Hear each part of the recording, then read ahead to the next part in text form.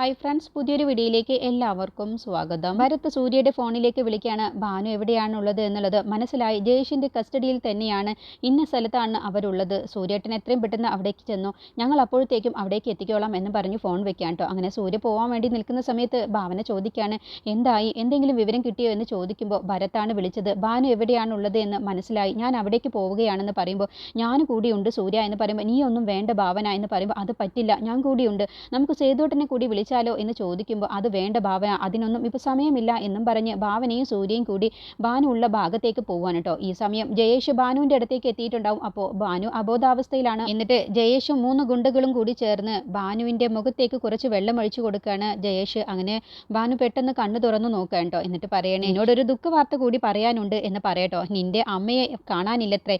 ഇന്ന് നിന്റെ ചേട്ടനും ചേച്ചിയും കൂടി വീട്ടിലേക്ക് വന്നിരുന്നു. ആ സമയത്ത് ഞങ്ങൾ സദ്യ കഴിച്ചുകൊണ്ടിരിക്കുകയായിരുന്നു. അപ്പോഴാണ് നിന്റെ ചേച്ചി വന്നത്. എന്നിട്ടാണ് നിന്റെ അമ്മയെ കാണാത്ത വിവരം പറഞ്ഞത്. അത് കേട്ടപ്പോൾ വല്ലാത്തൊരു സന്തോഷം തോന്നി. നിന്റെ ചേച്ചി അവിടെ കിടന്ന് ഒരുപാട് പ്രശ്നമൊക്കെ ഉണ്ടാക്കി. നിന്റെ ചേച്ചിയുടെ വിചാരം എന്താണ്? നിന്റെ ചേച്ചി എന്താ വല്ല ജാൻസി റാണിയാണെന്നാണോ വിചാരം എന്നൊക്കെ ചോദിച്ച് ഭാവനയെ കുറിച്ച് പരിഹസിച്ചുകൊണ്ട് ജയേഷ് സംസാരിക്കാൻ കേട്ടോ. അപ്പോൾ അത് കേൾക്കുന്ന ഭാനു പറയണേ, എൻ്റെ ചേച്ചിക്ക് ദൈവവിശ്വാസം കൂടുതലാണ്, അതുകൊണ്ട് എൻ്റെ ചേച്ചി പറഞ്ഞതും നിന്റെ ചേച്ചി വിചാരിച്ചതും തന്നെയാണ് നടക്കാൻ പോകുന്നുള്ളൂ എന്ന് പറയുമ്പോൾ, നിന്റെ ചേച്ചി വിചാരിച്ചിട്ടുള്ളത് നീ എന്നെ ഒരു ഡോക്ടർ ആക്കണമെന്നാണ്. പക്ഷെ നിന്നെ ഡോക്ടറാക്കാൻ നീ അതിന് ഇവിടെ ഉണ്ടായിട്ട് വേണ്ടേ? നിന്നെ ഞാൻ കൊല്ലാനൊന്നും പോകുന്നില്ല. പക്ഷെ ഇന്ന് വൈകുന്നേരത്തെ വണ്ടിയിൽ നിന്നെ ഞാൻ ബോംബേക്ക് കയറ്റിവിടും. പിന്നെ നിന്റെ ജീവിതം എന്താണ് ഉണ്ടാവുക എന്നുള്ളത് ഞാൻ പറയേണ്ടതില്ലല്ലോ. നിന്റെ ചേച്ചി നിന്നെ ഒരു ഡോക്ടർ ആക്കണമെന്ന് ആഗ്രഹിച്ചിട്ട് ഇനിയിപ്പോൾ നീ ഇവിടെ ഉണ്ടെങ്കിലല്ലേ നിനക്ക് ഡോക്ടർ ആവാൻ കഴിയൂ എന്ന് പറയട്ടോ. അതൊക്കെ കേൾക്കുന്ന ഭാനുവിന് വല്ലാത്തൊരു പേടി വരികയാണ്. എന്നിട്ട് ഭാനു പറയാണ്, ഭാനു ആ സമയത്തും പറയണേ, ഇല്ല, എൻ്റെ ചേച്ചി എന്തെങ്കിലും ആഗ്രഹിച്ചിട്ടുണ്ടെങ്കിൽ അത് നടത്തി കൊടുക്കുക തന്നെ ചെയ്യും. ഈശ്വരനോട് അത്രയ്ക്ക് അടുപ്പമാണ് എൻ്റെ ചേച്ചിക്കുള്ളത് എന്ന് പറയാണ്. അപ്പോഴൊക്കെ ജയേഷ് പരിഹസിച്ചുകൊണ്ട് സംസാരിക്കാൻ കേട്ടോ. എന്നിട്ട് ജയേഷ് പറയണ, അല്ല, നിനക്കൊരു നല്ല ജീവിതം തന്നിട്ടാണ് ഞാൻ നിന്നെ ബോംബെയിലേക്ക് പറഞ്ഞു വിടൂ എന്ന് പറയട്ടോ. അങ്ങനെ ഭാനുവിനെ വല്ലാതെ ഉപദ്രവിക്കുന്നൊക്കെ ഉണ്ട്. കവള് പിടിച്ച് അമർത്തുകയും അടിക്കുകയൊക്കെ ചെയ്യുന്നുണ്ട് ജയേഷ് ഓരോ വാക്കുകൾ പറയുമ്പോഴും. എന്നിട്ട് മുടിക്ക് കുത്തി പിടിച്ചിട്ട് പറയുകയാണ്, നീ എന്താടി എന്നെ കുറിച്ച് കരുതിയത്? നീ എന്നെ കുറിച്ചുള്ള എല്ലാം രഹസ്യവും മനസ്സിലാക്കിയിട്ട് നിന്നെ ഞാൻ അങ്ങ് വെറുതെ വിടുമെന്നാണോ നീ കരുതിയത് എന്നൊക്കെ ചോദിക്കാൻ കേട്ടോ.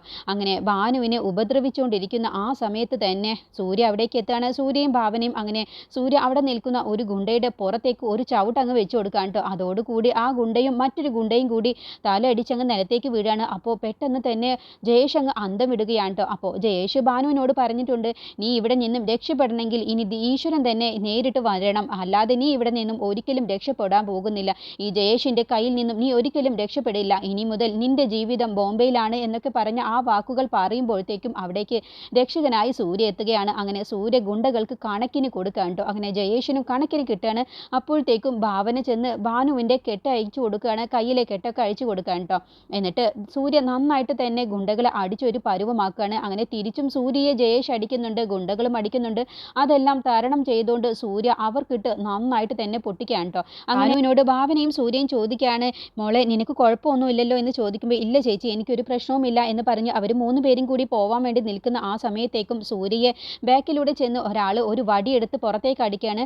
അപ്പോഴത്തേക്കും സൂര്യ തിരിഞ്ഞ് ആ ഗുണ്ടയ്ക്ക് നന്നായിട്ട് തന്നെ അടിച്ചു പൊട്ടിക്കാൻ കേട്ടോ. അപ്പോഴത്തേക്കും 2 ഗുണ്ടകൾ കൂടി വന്ന് സൂര്യ അങ്ങ് പിടിക്കുകയാണ്, 2 കൈ അങ്ങ് കൂട്ടി പിടിക്കാൻ കേട്ടോ. എന്നിട്ട് ഭാനുവിനെയും കൂട്ടി അവിടെ നിന്നും പോകാൻ വേണ്ടി നിൽക്കുമ്പോഴത്തേക്കും ജയേഷ് അങ്ങ് ഓടി വരികയാണ്. എന്നിട്ട് ഭാവനയെ പിടിച്ചൊരു തള്ളങ്ങ് വെച്ച് കൊടുക്കാൻ കേട്ടോ. അതോടുകൂടി അവിടെ ഇരിക്കുന്ന ഒരു കസേരയിൽ പോയി ഭാവന വയറടിച്ചങ്ങ് വീഴുകയാണ്. അതോടുകൂടി ഭാവനയ്ക്ക് വല്ലാത്ത വേദന വരികയാണ് കേട്ടോ. അത് കാണുന്ന സമയത്ത് സൂര്യ ഭാവന എന്ന് പറഞ്ഞ് വിളിക്കുകയാണ്. അപ്പോഴത്തേക്കും ജയേഷ് ഭാനുവിനെ പിടിച്ചിട്ടുണ്ടാവും. അപ്പോൾ ഭാനു കൊതറുകയാണ് ജയേഷിൻ്റെ കയ്യിൽ നിന്നും. എന്നിട്ട് ചേച്ചി എന്ന് പറഞ്ഞ് വിളിക്കുന്നുണ്ട്.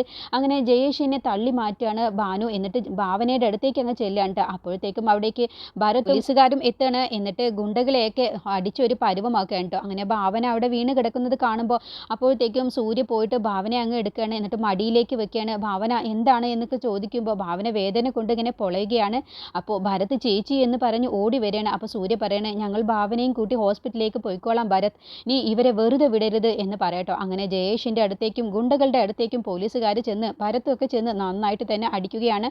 എന്നിട്ട് ജയേഷിനോട് പറയണേ, നീ എന്താണ് കരുതിയത്? നീയും നിന്റെ അച്ഛനും ഞങ്ങളുടെ സ്വത്തുക്കളൊക്കെ തട്ടിയെടുത്ത് കോടീശ്വരന്മാരായി ജീവിക്കാമെന്ന് കരുതിയല്ലേ?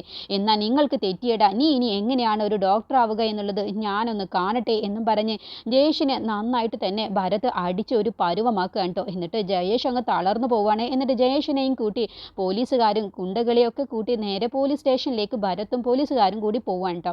ഈ സമയം സമയം ഭാനുവും സൂര്യയും ഭാവനയും എടുത്തുകൊണ്ട് നേരെ ഹോസ്പിറ്റലിലേക്ക് പോവുകയാണ്. ആ സമയമാകുമ്പോഴത്തേക്കും ഭാവനയ്ക്ക് വേദന സഹിക്കാൻ വയ്യാതെ ഇങ്ങനെ കരഞ്ഞുകൊണ്ടിരിക്കുകയാണ്. എൻ്റെ കുഞ്ഞിന് എന്തെങ്കിലും സംഭവിക്കുമോ എന്നുള്ള പേടി ഭാവനയുടെ മനസ്സിൽ വരട്ടെ. അപ്പോൾ സൂര്യ ആണെങ്കിലോ എന്ത് പറയണം എന്ത് ചെയ്യണം എന്ന് അറിയാതെ ആകെ ഷോക്കായി നിൽക്കുകയാണ്. കുഞ്ഞിനെ നഷ്ടപ്പെടുമോ എന്നുള്ള പേടി സൂര്യയുടെയും ഭാനുവിൻ്റെയും മനസ്സിൽ വരികയാണ്. എന്നിട്ട് ഡോക്ടർ വന്ന് പരിശോധിക്കുകയാണ്. എന്നിട്ട് ഭാവനയ്ക്ക് വേദന കുറയാനുള്ള ഇഞ്ചക്ഷനൊക്കെ വെച്ച് കൊടുക്കുകയാണ്. എന്നിട്ട് ഭാവനയ്ക്ക് ഒരു സ്കാനിങ് വേണമെന്ന് പറയട്ടോ സിസ്റ്റർമാരോട്. എന്നിട്ട് നേരെ സൂര്യയുടെ അടുത്തേക്ക് ചെല്ലുകയാണ്. അപ്പോഴത്തേക്കും സൂര്യ ഭാനുവിനോട് അവിടെ പോയിരുന്ന് റെസ്റ്റ് എടുക്കാൻ പറയാണ്. നിനക്ക് എന്തെങ്കിലും ബുദ്ധിമുട്ടുണ്ടോ എന്നൊക്കെ ചോദിക്കുമ്പോൾ ഇല്ല, എനിക്ക് ഒരു കുഴപ്പവുമില്ല.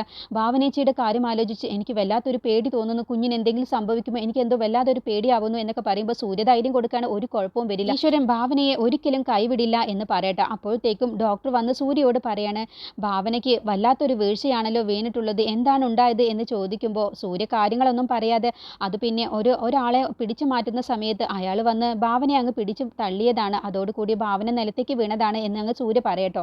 എന്തായാലും കുഞ്ഞിനിപ്പോൾ അനക്കമൊന്നുമില്ല, ഞാനൊരു സ്കാനിങ്ങിന് പറഞ്ഞിട്ടുണ്ട്. അപ്പോൾ ഭാവന ഇത് കേട്ടാൽ സഹിക്കുമോ ഡോക്ടർ എന്ന് സൂര്യ ചോദിക്കുമ്പോൾ ഭാവനയോട് തന്നെയാണ് ഞാൻ ആദ്യം പറഞ്ഞത്. കാരണം അമ്മയാണ് ഇക്കാര്യം ആദ്യം അറിയേണ്ടത്. പുക്കൾ കൊടി ബന്ധം എന്ന് പറഞ്ഞാൽ അങ്ങനെയാണ്. ഭാവനയുടെ മനസ്സ് നൊന്ത് കഴിഞ്ഞാൽ അത് കുഞ്ഞിനറിയും, അതോടുകൂടി കുഞ്ഞിന് അനക്കം വന്നു തുടങ്ങും. അതിനാണ് ആദ്യം തന്നെ ഭാവനയോട് പറഞ്ഞത് എന്ന് പറയട്ടോ. സൂര്യ അപ്പോൾ വീണ്ടും പേടിയോടുകൂടി ചോദിക്കുകയാണ്, കുഞ്ഞിന് എന്തെങ്കിലും സംഭവിക്കുമോ? കുഞ്ഞിനും ഭാവനയ്ക്കും ഒരു കുഴപ്പവും വരരുത് ഡോക്ടർ എന്ന് പറയുമ്പോൾ ഇല്ല, ഒരു കുഴപ്പവും വരില്ല, ടെൻഷൻ ആവാതിരിക്കുക, ധൈര്യമായിട്ട് ഇരിക്കുക. എന്തായാലും സ്കാനിങ് കഴിഞ്ഞ ശേഷമാണ് എന്തെങ്കിലും പറയാൻ പറ്റൂ. ഭാവനയ്ക്ക് ഒരു കുഴപ്പവുമില്ല. ഇനി കുഞ്ഞിൻ്റെ കാര്യത്തിൽ അത് കഴിഞ്ഞാണ് എന്തെങ്കിലും പറയാൻ പറ്റൂ. കുഞ്ഞിനിപ്പോൾ അനക്കമില്ലാത്തത് കൊണ്ടാണ് ഒരു ചെറിയ പേടിയുള്ളത് എന്നൊക്കെ പറയട്ടോ. അത് കേൾക്കുന്ന സമയത്ത് ഭാനുവിനും സൂര്യയ്ക്കും വല്ലാത്തൊരു പേടിയാവാണ്. എനിക്ക് ഭാവനയെ ഒന്ന് കാണാൻ കഴിയുമോ ഡോക്ടർ എന്ന് ചോദിക്കുമ്പോൾ അതിനെന്താ, ഒരാൾ കയറി കണ്ടോളൂ എന്ന് പറയട്ടോ. അപ്പോൾ ഭാനു പറയാണ്, ഞാൻ കാരണമല്ലേ ചേച്ചിക്ക് ഇങ്ങനെ ഒരു അവസ്ഥ വന്നത് എന്ന് പറഞ്ഞുകൊണ്ട് ഭാനു പൊട്ടിക്കരയട്ടോ.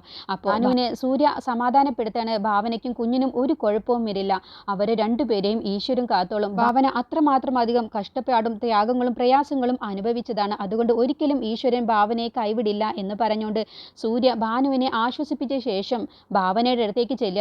അങ്ങനെ ഭാവന നല്ല മയക്കത്തിലായിരിക്കും. എന്നിട്ട് സൂര്യ അടുത്തേക്ക് ചെന്നിട്ട് ഭാവനയെ വിളിക്കുകയാണ് കേട്ടോ. അങ്ങനെ കണ്ണ് തുറന്ന് നോക്കുന്ന സമയത്ത് ഭാവന നല്ല തൻ്റെ അടുത്തോട് കൂടിയിട്ട് തന്നെയാണ് കേട്ടോ സംസാരിക്കുന്നത്. ഡോക്ടർ സൂര്യയോട് പറഞ്ഞിട്ടുണ്ടാവും, ഭാവനയെ പോലത്തെ നല്ല ബോൾഡായ ഒരു നഴ്സിനോട് എന്തും എപ്പോഴും പറയാം, അതെല്ലാം തരണം ചെയ്യാനുള്ള കഴിവ് ഭാവനയ്ക്ക് ഉണ്ട് എന്ന് പറഞ്ഞിട്ടാണ് ഡോക്ടർ പോയിട്ടുണ്ടാവുക. അങ്ങനെ ഭാവന പറയാണ്, സൂര്യ ഒന്നുകൊണ്ടും പേടിക്കേണ്ട, നമുക്കും നമ്മുടെ കുഞ്ഞിനും ഒരു കുഴപ്പവും വരില്ല, എനിക്ക് ഉറപ്പുണ്ട്, ഈശ്വരൻ എന്നെ അങ്ങനെ കൈവിടില്ല എന്ന് നല്ല ആത്മവിശ്വാസത്തോടു കൂടി പറയുന്ന സമയത്ത് സൂര്യ പറയാണ്, ഭാവന നിനക്ക് എങ്ങനെ ഇത്ര ധൈര്യം എന്ന് ചോദിക്കുമ്പോൾ എന്നെ ഈശ്വരൻ കൈവിടില്ല എന്നുള്ള വിശ്വാസം തന്നെയാണ് എനിക്കിങ്ങനെ ധൈര്യത്തിൽ സൂര്യയോട് സംസാരിക്കാൻ കഴിയുന്നത്. എനിക്ക് കുറച്ച് കഴിഞ്ഞാൽ ഒരു സ്കാനിങ് ഉണ്ട്, അതിൽ എൻ്റെ കുഞ്ഞ് അനങ്ങി തുടങ്ങും, എനിക്ക് ഉറപ്പുണ്ട് എൻ്റെ കുഞ്ഞിന് അനക്കം തിരിച്ചു കിട്ടും എന്നൊക്കെ പറയുകയാണ് കേട്ടോ. അപ്പോൾ അത് കേൾക്കുമ്പോൾ സൂര്യയ്ക്കും വല്ലാത്തൊരു ആശ്വാസം വരികയാണ്. ഇനി ഭാവനയുടെ സ്കാനിങ് കഴിഞ്ഞാൽ ഒരു കുഴപ്പവുമില്ല, കുഞ്ഞിന് അനക്കം വന്നിട്ടുണ്ട് എന്നുള്ള കാര്യം കേട്ടോ ഇനി ഡോക്ടർ പറയുക. അങ്ങനെ ഭാവനയ്ക്ക് നല്ല റെസ്റ്റ് പറയുകയാണ്. അങ്ങനെ ഭാവനയും സൂര്യയൊക്കെ കൂടിയിട്ട് നേരെ ഗായത്രിയുടെ അടുത്തേക്ക് ചെല്ലുകയാണ്. എന്നിട്ട് ഇനിയുള്ള ദിവസങ്ങൾ പെട്ടെന്ന് തന്നെ ദിവസങ്ങൾ കടന്നു പോകും. അങ്ങനെ ഭാവനയും മാനസയും പൂർണ്ണ ഗർഭിണികളാവും. എന്നിട്ട് ഭാവന ഒരു ആൺകുഞ്ഞിന് ജന്മം നൽകും, മാനസ ഒരു പെൺകുഞ്ഞിനും ജന്മം നൽകും.